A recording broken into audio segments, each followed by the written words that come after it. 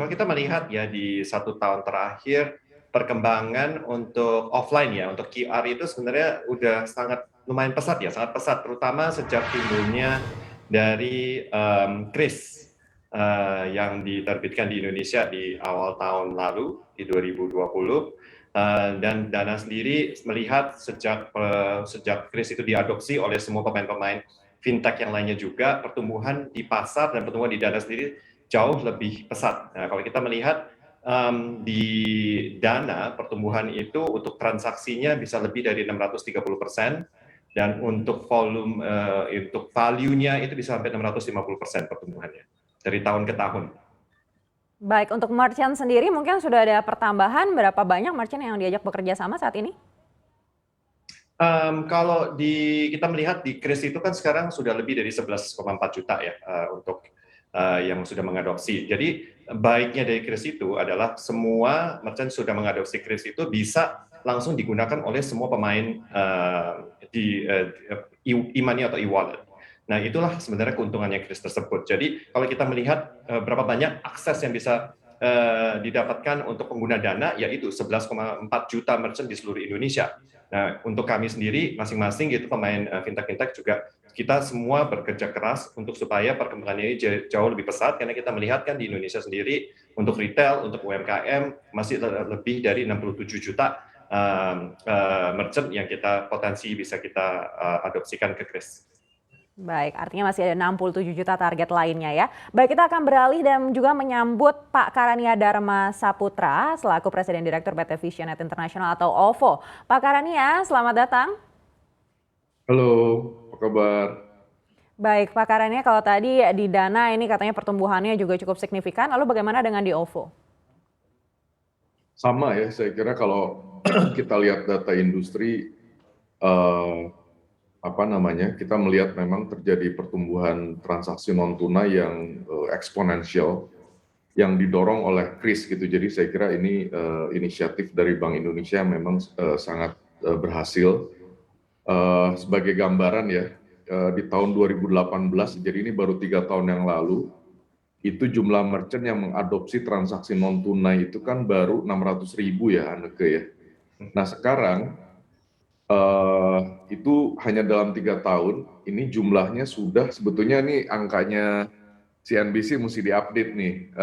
Terakhir per kemarin itu sudah 11,97 juta, jadi sudah hampir 12 juta nih. Ini jadi sudah sedikit lagi sudah menembus target yang dicanangkan oleh Pak Peri ya, Gubernur Bank Indonesia. Jadi bisa dibayangkan bahwa hanya dalam 3 tahun jumlah merchant yang mengadopsi Kris itu tumbuh dari sekali lagi 600.000 sekarang menjadi hampir 12 juta gitu. Jadi terjadi pertumbuhan yang eksponensial, dan ini saya kira didorong oleh perusahaan-perusahaan uang elektronik bersama-sama dengan perbankan. Akan coba beralih ke Pak Vincent. Pak Vincent, kalau kita melihat potensi transaksi QR ini banyak juga yang mengatakan akan menggantikan posisi dari kartu debit atau bahkan kartu kredit begitu. Kalau Anda lihat seperti apa sih kemungkinannya? Karena kalau kita lihat sekarang ini juga banyak sekali anak-anak muda yang mungkin juga sudah tidak menggunakan kartu-kartu tersebut. Saya melihat sebenarnya ini bukan pengganti ya, tapi ini kan salah satu interface gitu. Kalau kita melihat bahwa di pasar itu banyak instrumen yang digunakan, contohnya kartu debit, kartu kredit, terus misalnya ada pembayaran untuk e-money, ada e-wallet, terus nanti ada pay later, ada macam-macam. Itu semua adalah instrumen untuk gimana bisa mempermudah pengguna itu melakukan pembayaran sehari-harinya. Nah, jadi kalau saya melihat itu masing-masing ada benefitnya tersendiri gitu. Contohnya kalau misalnya dengan Kris itu bisa pembayaran dilakukan dengan yang kita sebut e-money atau uang elektronik itu kan sudah sehari-hari sudah dipakai gitu. Tapi kan ada limitnya. Kalau uang elektronik itu masih dibatasi limitnya. Nah, karena dengan limit tertentu tersebut untuk transaksi yang besar kita untuk menggunakan gitu, untuk bisa melakukan transaksi kita akan menggunakan kartu debit dan juga bisa untuk kartu kredit yang bisa angkanya kadang-kadang bisa lebih besar lagi. Tapi juga sekarang ke depannya kan kita bisa melihat bahwa dengan modernisasi, dengan peraturan BI yang baru, dengan Open API Banking, dengan blueprint yang sudah diterapkan oleh Bank Indonesia tersebut. Jadi itu semua instrumen itu juga bisa makin mengerucut, makin bisa terintegrasi satu dengan yang lainnya. Jadi mempermudahkan untuk konsumen untuk bertransaksi di Indonesia.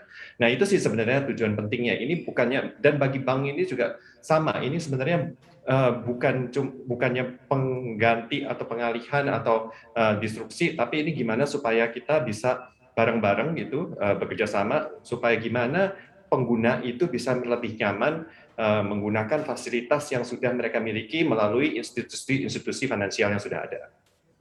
Baik, kita akan coba beralih lagi ke Pak Karani ya. Pak Karani, tadi Pak Vincent mengatakan terkait dengan limit ini yang jadi pembeda juga nih dengan penggunaan kris dan juga instrumen pembayaran seperti kartu debit atau kartu kredit. Anda lihat butuh nggak sih sebenarnya limit ini ke depannya untuk kris? Ya, jadi pertama sebelum ke limit ya, saya ingin menambahkan apa yang tadi Vincent sampaikan. Saya kira betul, di luar bahwa masing-masing instrumen tentu punya karakteristiknya sendiri ya. Tetapi sekali lagi saya kira kita, saya ingin menggarisbawahi gitu bahwa ini kris ini saya kira memiliki dan sedang mendorong sebuah proses yang saya kira sangat quote-unquote revolusioner gitu ya dalam sistem pembayaran di Indonesia. Saya kira kris sedang mengubah landscape pembayaran di Indonesia itu kurang lebih sedang mendorong Indonesia menjadi seperti China. Kalau kita lihat ke China sekarang, dan saya kira Indonesia akan mengarah ke sana, even di mall gitu, sudah jarang sekali orang menggunakan kartu kredit maupun kartu debit. Yang sangat populer adalah uang elektronik, dan saya kira berbagai research memperlihatkan kecenderungan itu termasuk di Indonesia. Dan karena itu jangan dilupakan bahwa e-money bukan hanya OVO dan Dana, tetapi juga saya kira teman-teman perbankan juga sedang bergerak ke arah sana.